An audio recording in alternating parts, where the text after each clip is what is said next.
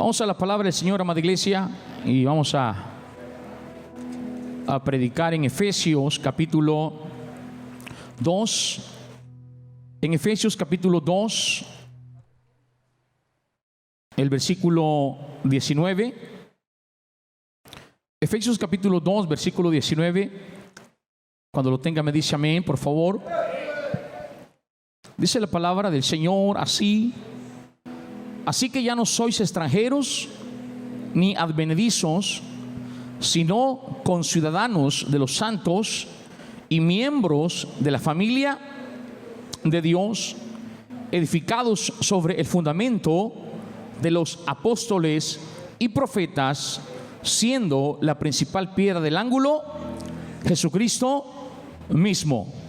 Versículo 20: edificados sobre el fundamento de los apóstoles y profetas, siendo la principal piedra del ángulo Jesucristo mismo. Soberano Dios, le damos gracias esta tarde por esta bendición que nos regala de estar en su casa, de poder adorar su nombre a través de la alabanza, la adoración, poder sentir sus caricias, poder sentir su Espíritu Santo ministrando nuestra vida, diciendo: Señor, que es nuestro deleite, nuestro gozo el estar acá.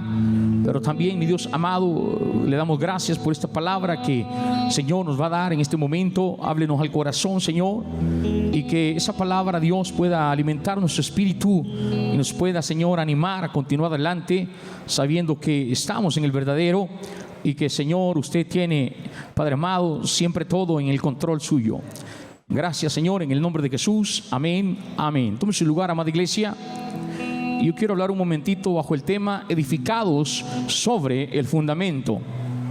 Edificados sobre el fundamento. ¿Qué es fundamento, amada iglesia? ¿Qué es fundamento?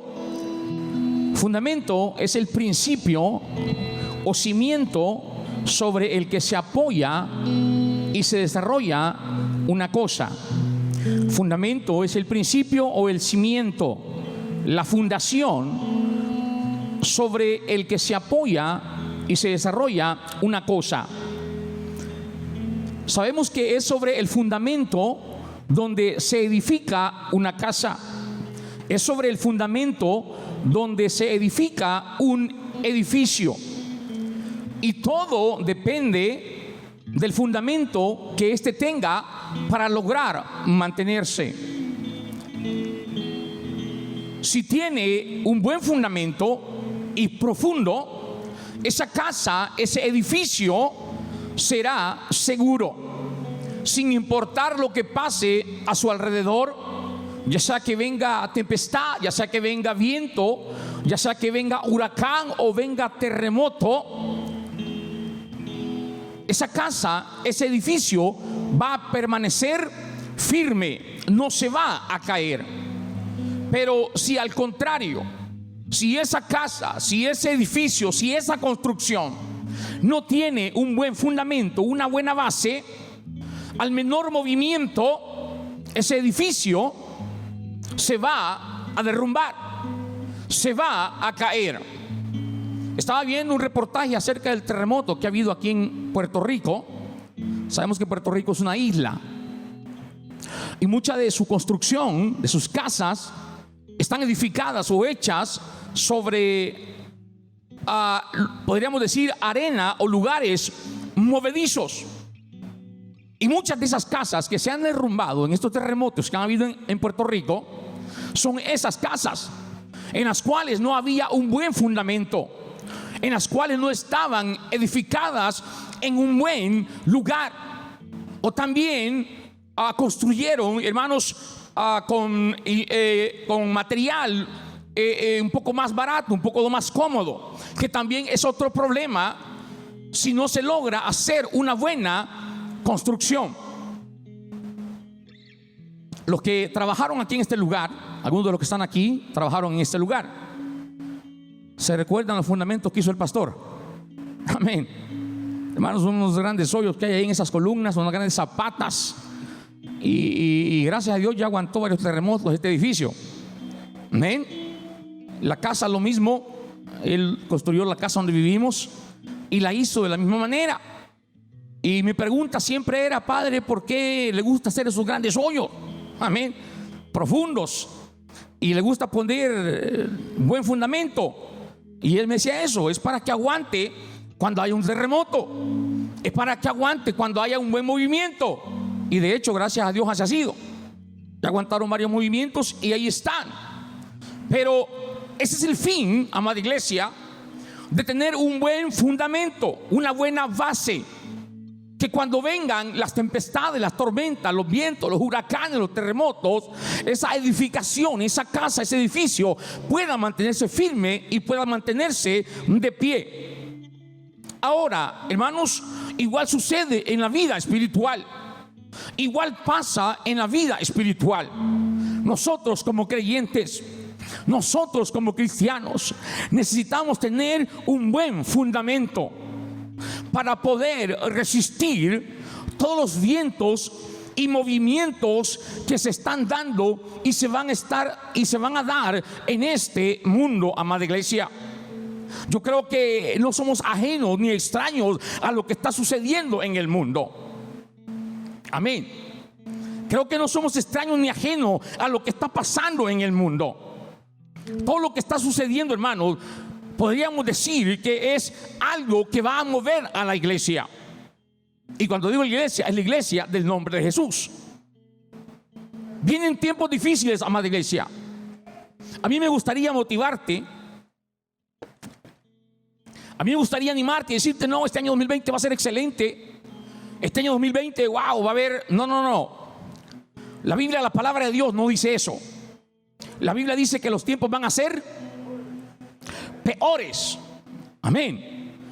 Y hablando no solamente en el sentido económico, no solamente en el sentido social, no solo en el sentido, hermanos, de vida, sino en el espiritual también. Viendo las noticias, hermanos, últimamente el mismo Papa está hablando del ecumenismo, de unir a todas las religiones en una sola. Y él mismo está pidiendo que alguien, algún líder, se levante y que comience a resolver los problemas del mundo mismo. Y yo por eso puse: ¿sabe él lo que está pidiendo? ¿Sabe él lo que está pidiendo? Hace muchos años atrás el pastor Girón nos predicaba y nos decía también que allá en la ONU, un día también el líder de la ONU se levantó diciendo lo mismo, diciendo que necesitaban un hombre, un líder que tomara el lugar y que ponga en orden el caos económico, político y social que ahora está reinando y gobernando en el mundo. Amada iglesia, sabemos de que los tiempos se están cumpliendo. La escritura bíblica, la profecía, nos habla según el siguiente evento profético que espera la iglesia. Es ¿el qué, iglesia? El arrebatamiento. Escuche esto: la iglesia del nombre de Jesús, el evento profético al cual estamos cerca es el arrebatamiento. Pero Jesús dijo que antes de esto habrían señales que nos indicarían, que nos enseñarían, que nos dirían que eso está pronto, está próximo. Y cuando usted lee el diario, cuando usted ve las noticias, cuando usted comienza, hermanos, a ver internet y comienza a ver realmente todo lo que estamos viviendo hoy en apenas 11 días del año 2020, amén. Apenas en 11 días que han pasado de este año 2020, usted se da cuenta, amada iglesia, que realmente no necesita estar viendo eso si usted ya leyó Mateo capítulo 24. Amén. Porque allí usted mira realmente, y gracias a Dios por eso, hermano, porque cuando Jesús se lo dijo a los apóstoles, ellos solamente, hermanos, creo, imaginaron lo que iba a hacer. Pero gracias a Dios que a nosotros, los cristianos del siglo XX, XXI en este caso, nos ha tocado ver con nuestros propios ojos el cumplimiento de esa profecía. de estas profecías que el Señor habló. Y estamos viendo y experimentando, amada iglesia, esto. Y repito, es tiempo, amada iglesia, de que realmente nos demos cuenta de que, hermanos, vendrán movimientos, vendrán vientos, vendrán tiempos difíciles para la iglesia del nombre del Señor Jesús. Y creo que vamos a llegar al tiempo que dijo el apóstol que el justo por su fe, el justo por su fe vivirá. Escuche bien esto, amada iglesia. Creo que estamos entrando a ese tiempo. Yo no quiero entrarme mucho a la profecía, a escatología, porque no soy católogo, pero quiero decirte que este año 2020, hermanos, hemos comenzado de esta manera. Y no creo que pase mucho tiempo, amada iglesia, realmente, porque los tiempos se están cumpliendo. Israel es el reloj profético de Dios. Israel es el reloj profético de Dios. Por eso, hermanos, cada uno de nosotros necesitamos fundamentar nuestra fe. Oiga bien, necesitamos fundamentar nuestra convicción, nuestra creencia. Porque gracias a Dios, hermano, todavía aquí no ha llegado la persecución. Gracias a Dios, digo. Todavía en el occidente no ha venido todavía, hermanos, la persecución. Amén. Podemos ver y escuchar de países, hermanos, en el Medio Oriente y en Asia, donde realmente los cristianos están sufriendo por causa del evangelio y por causa del nombre de Jesús. Ahora, hermanos, eso es fácil darse cuenta. Antes era más escondido, antes era más bajo de agua, pero ahora no, hermanos. Ahora usted mira a un cristiano que lo están ahorcando, le toman foto y la suben y dicen: esto le va a pasar a todos los que confiesen la fe en Jesús. Están a un hombre torturándolo, le están, hermano, golpeando. Amén. Yo tengo muchas fotos donde hay hermanos sacados de la iglesia y en el patio así, ahí están quemados. Ahí están todos negritos y todos quemados.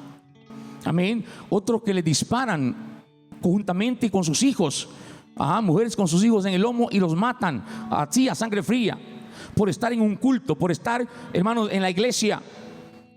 Gente que, hermanos, le pasan la guillotina, lo ahorcan, hermanos, por declarar su fe en el Señor Jesús. Gracias a Dios que todavía a nosotros no nos ha llegado eso, pero no quiere decir que no nos pueda llegar, amada iglesia. No quiere decir que no pueda venir, hermanos, la persecución, especialmente contra la iglesia del nombre de Jesús. El ecumenismo señala a eso. Usted sabe que las religiones en el mundo todos predican lo mismo. Amén. ¿Están de acuerdo conmigo, iglesia? Las religiones en el mundo todos predican lo mismo, la misma doctrina, la misma fe, el mismo dogma, y no les costaría unirse. Pero quienes están en contra de la religión, quienes están en contra del dogma, quienes están en contra de la religión romana, somos los pentecostales del nombre de Jesús, amada iglesia. Amén. Y yo no sé si vamos a tener este mismo ánimo, hermano, cuando comienza la persecución, pero que el Señor nos ayude, amada iglesia. Pero por eso digo, nosotros necesitamos comenzar a fundamentar nuestra fe, nuestra convicción, amada iglesia, nuestra doctrina. Y no hay nada mejor que estar fundados en la roca inconmovible que es nuestro Señor Jesús. Jesús es nuestro fundamento. Jesús tiene que ser, debe ser nuestro fundamento. Hoy más que nunca, amada iglesia, debemos entender y conocer que no hay otro fundamento fuera de nuestro Señor Jesús. El apóstol Pablo, en 1 Corintios capítulo 3 y versículo 11, él dice: porque nadie puede poner otro fundamento que el que está puesto, el cual es Jesucristo. Oiga esto: porque nadie puede poner otro fundamento que el que está puesto, el cual es Jesucristo. En la gran confesión del apóstol Pedro, allá en Mateo capítulo 16, y versículo 18, acerca de quién era Jesús. Cuando Jesús le pregunta: ¿quién dicen las gentes que soy yo? ¿Qué han escuchado ustedes en mis sermones? Cuando estoy predicando, la gente está hablando. Cuando yo estoy predicando, la gente está comentando. Y ustedes que andan allí en medio de la gente, díganme por favor qué es lo que habla la gente, qué es lo que dice el pueblo de mí. Y se levantó uno y dijo: bueno, Señor, uno dice que tú eres Elías, otros dicen que tú eres Jeremías, otros dicen que eres un buen profeta, otros dicen que eres un buen predicador. Amén. Oh, así dice la gente. Sí, bueno, está bien. Pero ahora me interesa saber qué es lo que dicen ustedes de mí. ¿Qué piensan ustedes? ¿Quién soy yo? Y el apóstol Pedro, amada iglesia, lleno del Espíritu, iluminado con el Espíritu Santo, hermanos, le dice: amén, tú eres el Cristo. Tú eres el Cristo. O sea, en otras palabras, tú eres el Mesías, tú eres el ungido, tú eres el enviado, tú eres el Hijo del Dios. Para nosotros ahora declarar esto o decir esto no causa mayor impacto, no nos sorprende, ya no nos sorprende esto. Confesar esto y decir: tú eres el Cristo, el Hijo del Dios viviente, para nosotros es como cualquier palabra, quizás al escucharla no nos emociona, no nos sorprende. Pero declarar esto en el tiempo en que Pedro lo dijo era causa aún de que lo mataran, porque estaba blasfemando, porque estaba, hermanos, hablando mal. Pero esa revelación le vino al apóstol Pedro, amén, directamente del Señor, amada iglesia. Por eso Jesús le dijo: esto no te lo reveló carne ni sangre, sino mi Padre que está en el cielo. Él te lo ha dado a conocer, Él te lo ha revelado. Y yo también te digo que tú eres yo también te digo que tú eres Pedro, y sobre esta roca edificaré mi iglesia. Yo creo que ponga atención en este juego de palabras, amada iglesia. Jesús le dijo: tú eres Pedro, y sobre esta roca edificaré mi iglesia. Porque aquí está el gran problema de aquellos que dicen que la iglesia de Jesús está fundada en Pedro, o que Pedro es el fundamento de la iglesia. Ahí está el gran problema. En este pasaje, cuando Jesús se refiere a Pedro, lo hace en segunda persona. Él dice: tú eres Pedro. Pero cuando dice: sobre esta roca edificaré mi iglesia, Él lo hace en tercera persona. Amén. Ponga atención en esto, amada iglesia. O sea, en otras palabras, sobre la confesión que acababa de hacer el apóstol Pedro, cuando él le dijo: tú eres el Cristo, el Hijo del Dios viviente. Entonces el Señor dice: sobre esta roca, sobre esta confesión, yo voy a edificar mi iglesia.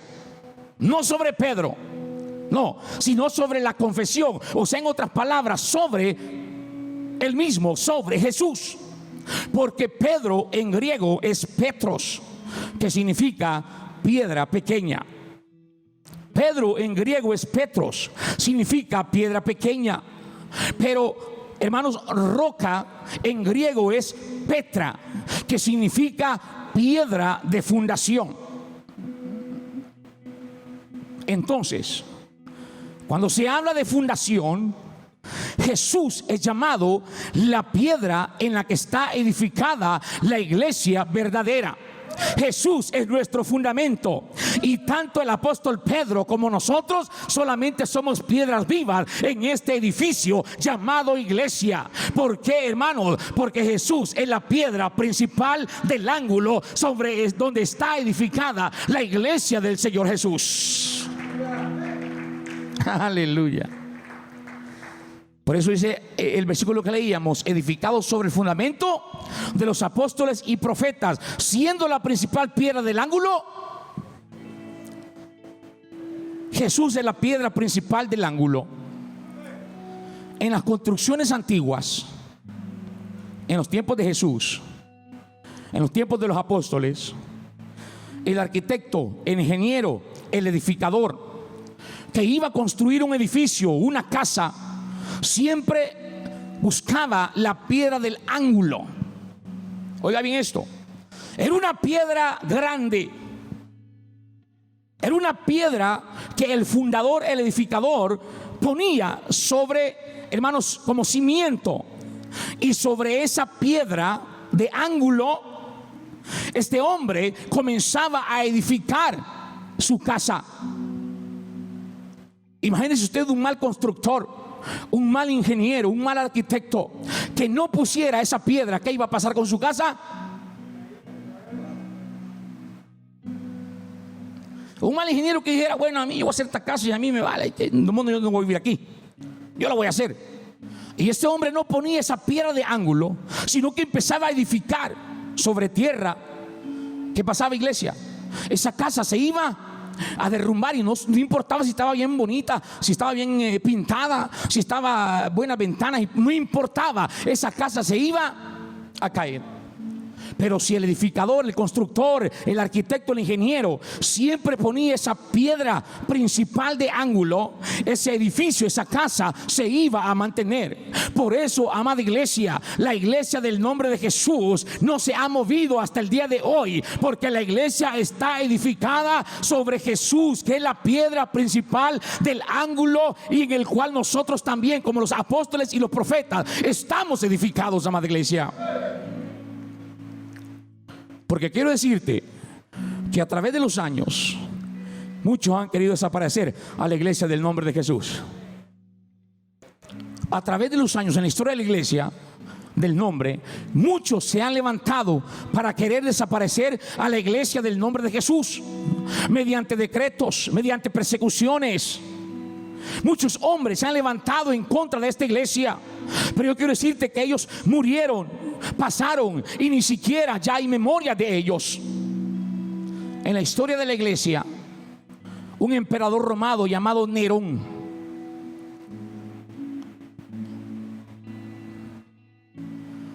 decidió destruir a los cristianos del nombre de Jesús. Decidió acabar con la iglesia del nombre de Jesús, porque es la iglesia que le estaba haciendo, hermanos, daño al imperio romano. Y él, como emperador, se propuso destruir a estos herejes, se propuso destruir a estos que vienen con otra doctrina, se propuso destruir a estos que no van en contra del sistema. Y los metió a muchos de ellos, hermanos, en el Coliseo romano, y allí los mataba. Estaba escuchando el testimonio de un hombre que hace poco fue al Coliseo romano, y él dice: yo pude ver en las bases del Coliseo aún la sangre de los mártires del nombre del Señor Jesús. Allí muchos cristianos del nombre de Jesús murieron a mano de este hombre llamado Nerón. A otros, hermanos, los quemó en las hogueras, los prendía en fuego, hermano, los usaba como linternas, como antorchas en la noche. Los amarraba a los árboles, los amarraba en palos, hermanos, y no importaba si eran niños, no importaba lo que era, les echaba gasolina, ponía leña y les prendía fuego. Y toda la noche estos cristianos del nombre de Jesús quemándose como una hoguera. A otros, amada iglesia, los tiraba a los leones, a esas fieras que, hermanos, los dejaba aguantar hasta 7 días, 8 días hambre, para que cuando estos leones salieran, hermanos, y los cristianos abrazados cantando un himno de alabanza, un himno de adoración al Señor, los leones llegaban y los despedazaban. A otros, amada iglesia, los sepultaba vivos. Comenzaba con los hijos, comenzaba a sepultar los hijos, y los padres los ponía y le decía: mira, si negas tu fe, tus hijos se van a salvar. Y el hermano decía: no. Y los hijos eran sepultados vivos. De allí la esposa, y por último él. Y así este hombre cometía todas estas cosas, pensando que de esta manera iban a dejar de predicar el nombre del Señor Jesús. Pero te tengo buenas noticias, amada iglesia. 2020 años después, aquí está la iglesia proclamando ese nombre que está sobre todo nombre, el nombre del Señor Jesús. Porque esta iglesia no está fundada en los hombres, esta iglesia no está fundada en los líderes, esta iglesia no está fundada en el pastor, sino en la roca inconmovible que es nuestro Señor Jesús. Y venga lo que venga, allí vamos a estar fundados. Si usted se goza esta tarde, denle un fuerte aplauso al Señor, amada iglesia. Denle una ofrenda de palmas al Rey, hermano. Denle una ofrenda. Aleluya.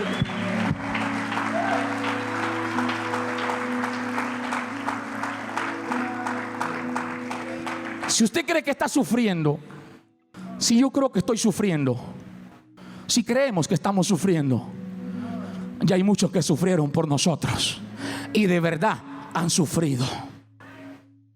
Esto que te estoy contando, esto que le he contado, es un poquito nada más. Hay un libro que se llama Las Catacumbas, hermano. Las Catacumbas de los Mártires, no, o solo Las Catacumbas, ¿verdad? Hermana Araceli creo que lo tiene y lo vende.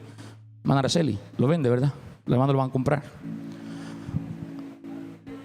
Los Mártires de la Catacumba, así es. Todo el que lee ese libro, hermano, se vuelve a convertir. Todo el que lee ese libro se quiere volver a bautizar.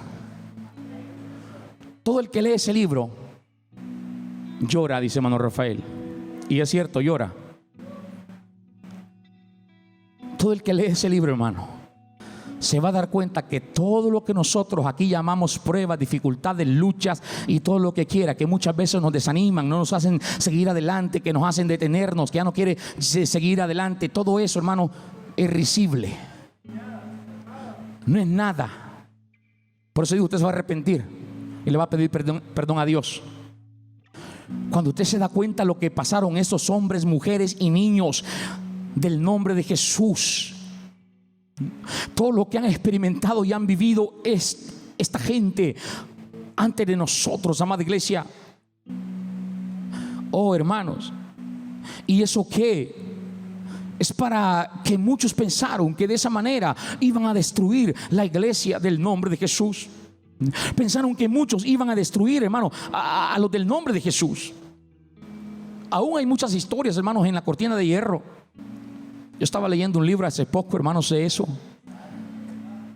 Y dice, hermanos, que tras la cortina de hierro la iglesia se reunía, no como estamos nosotros aquí con las puertas abiertas y con micrófono, no, calladitos, hermanos. Adoraban al Señor, hermanos, sin tratar de hacer tanta bulla y como ellos podían, encerrados en su iglesia, en su templo. Y estaban así muchos de ellos, hermanos. Oiga bien, y había de todo en la iglesia. Amén. Habían cristianos fieles en la iglesia. Habían cristianos que estaban dispuestos a dar su cabeza por el nombre del Señor Jesús. Pero también habían otros que no estaban dispuestos.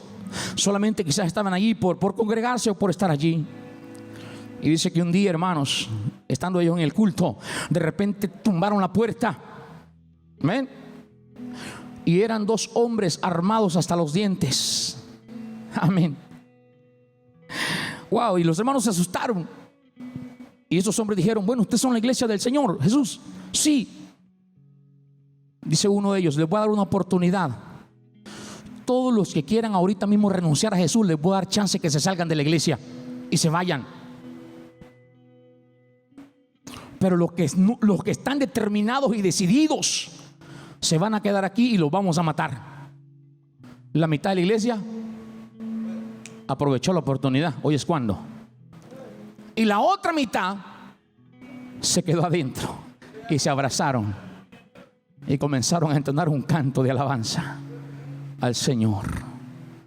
Y cuando los demás salieron, hermanos, estos hombres cerraron la puerta y le dijeron, hermanos, nosotros también somos hermanos del nombre de Jesús, pero queríamos saber quién de verdad está dispuesto a dar su vida por la causa del nombre de Jesús. Así que sigamos alabando al Señor, sigamos glorificando el nombre del Señor. Y aquí están los fieles, estos son los que se van a salvar. Aleluya. Denle un fuerte aplauso al Señor esta tarde, amada iglesia. Es que Dios es fiel, amados hermanos. Eran soldados, pero eran del nombre de Jesús. Y lo único que querían era mostrar la fidelidad de los que de verdad estaban en la iglesia. Pero de esta manera hay muchos hermanos que han querido acabar con esta iglesia. Pero esta es la iglesia que marcha victoriosa. Esta es la iglesia que marcha victoriosa con paso firme a la patria celestial. Van a venir tiempos difíciles. Van a venir, hermanos, tiempos duros. Van a venir, hermanos, cosas que no hemos visto todavía. Por eso repito, hoy más que nunca, hermanos, tenemos que estar fundados en el Señor Jesús. Que nuestra fe esté fundada en el Señor, no en los hombres. Los hombres pasamos, los hombres cambiamos. Que tu fe esté fundada en el Señor Jesús. Si algo me acuerdo del pastor Girón es esto. Él nos repetía mucho esto. ¿Se recuerdan, iglesia? No pongan su fe en mí, yo no los voy a salvar. No pongan su mirada en mí, yo no los voy a salvar. Yo igual que ustedes soy un necesitado de salvación. Yo igual que ustedes soy uno que está corriendo para llegar a la meta. Yo igual que ustedes soy uno de los que está allí luchando para obtener mi salvación. Por eso usted no tiene que poner la fe, hermanos, o fundarse en el hombre o en los hombres, sino en el Señor Jesús, porque Él es la roca inconmovible, la roca que no se mueve, la roca que permanece, aunque pasen los tiempos, aunque pasen los gobiernos, aunque pasen los presidentes, aunque pasen los reyes, aunque pasen los años, los milenios, todo pasa, pero solo hay uno que queda, y ese es nuestro Señor Jesús, porque Él vive para siempre. Él es el Rey de reyes y Señor de señores, amada iglesia. Y allí tiene que estar tu mirada. Ahí tiene que estar mi mirada, hermanos. Y uno de los principales fundamentos de esta iglesia es su doctrina. Repito una vez más. Uno de los principales fundamentos de esta iglesia es su doctrina, la cual no tenemos que cambiar, hermano. La cual no tenemos, hermano, que negociar tampoco. La doctrina del nombre de Jesús, la doctrina de la unicidad de Dios es única y verdadera, amada iglesia. Deuteronomio 6:4. Oye, Israel, el Señor nuestro Dios, el Señor uno es. Pero esta tarde yo te digo, iglesia del barrio Candelaria, el Señor nuestro Dios, el Señor solo uno es.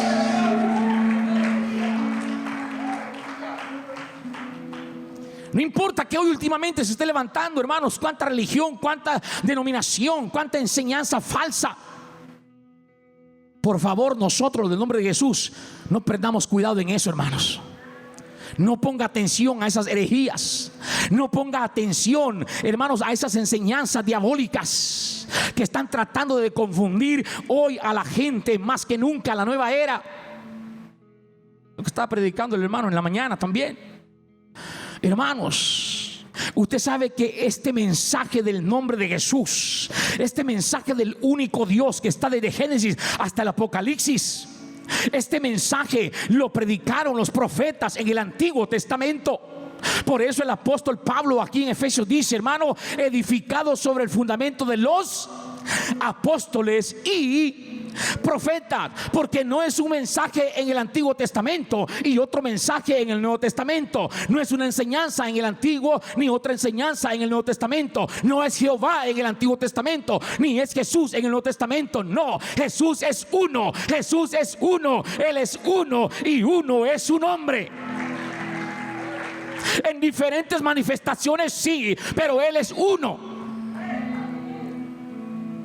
Y este mensaje es el que predicaron los profetas en el Antiguo Testamento. Hablaron de un solo Dios en diferentes manifestaciones o teofanías, sí, pero Él era uno. Y luego en el Nuevo Testamento continuaron los apóstoles y siguieron predicando el nombre del Señor Jesús y diciendo que Él es uno. Y sobre este fundamento seguimos nosotros ahora predicando, amada iglesia. Dios es uno y su nombre es Jesús. Y no nos movemos de este fundamento. Amén, iglesia.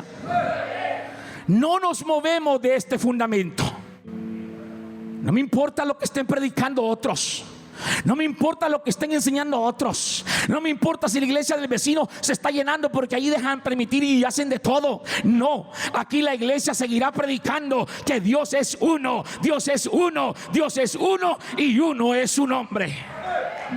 Y en ese nombre hay, aleluya. Muchos están edificando mal.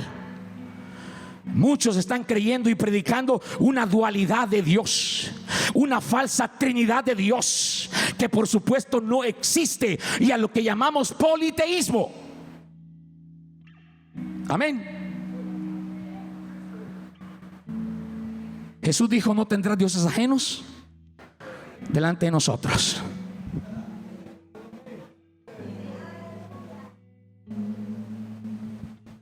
No tendrás dioses ajenos delante de mí, porque yo soy un Dios celoso. Porque yo soy un Dios celoso. Amén. Y el único digno de adorar es el Señor Jesús. Y si a alguien vamos a adorar, es al Señor Jesús. Y si a alguien vamos a predicar, es al Señor Jesús. Y si de alguien vamos a hablar, es del Señor Jesús. ¿Sabía usted que hay más de 3 millones de dioses en todo el mundo? ¿Sabía usted eso? Con D minúscula, por supuesto, ¿verdad? Hay más de 3 millones de dioses en todo el mundo. Oiga bien esto. Hay más de 3 millones de dioses en las diferentes religiones en todo el mundo, a los cuales le rinden pleitesía, adoración, a los cuales hacen sacrificios hasta humanos. Y ahí está la gente engañada. Ahí está la gente, hermanos, haciendo ritos y toda la cosa a estos dioses. Pero yo quiero decirte esta tarde: ninguno de ellos es como nuestro Dios. Él es un Dios real. Él es un Dios verdadero. Él es un Dios vivo. Él no se quedó en la cruz. Él no se quedó en la tumba. No, la tumba de Jesús dice: Él no está aquí. Él ha resucitado.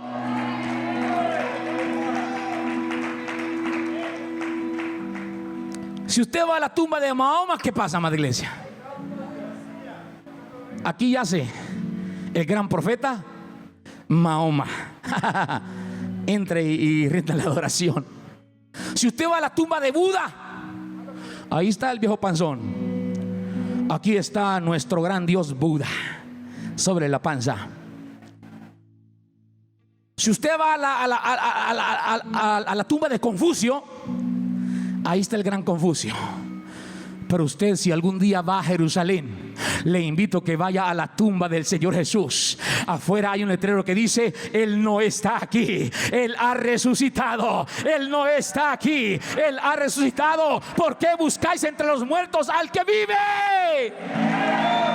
Él vive, Él vive, Él vive, Él vive y está con nosotros esta tarde. Y si usted lo puede sentir, dele un fuerte aplauso al Señor, denle una ofrenda de palmas y dígale: gracias porque tengo un Dios vivo.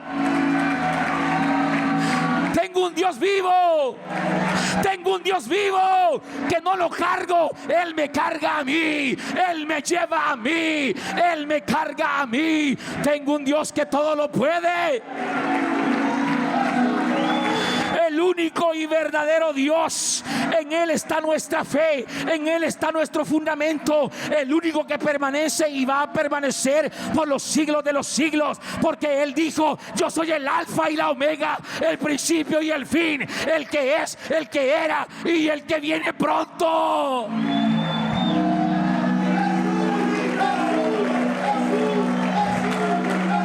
Yo soy el que era, yo soy el que es y yo soy el que ha de venir. Jesús es su nombre. Jesús, Jesús, Jesús, Jesús. Aleluya. Alabe el nombre del Señor, iglesia. Porque en ningún otro hay salvación. Porque no hay otro nombre bajo el cielo dado a los hombres en el cual podamos ser salvos. Alabe el nombre de Jesús. Alabe el nombre de Jesús. Si usted lo siente, alábele. Si usted lo siente, alábele esta tarde.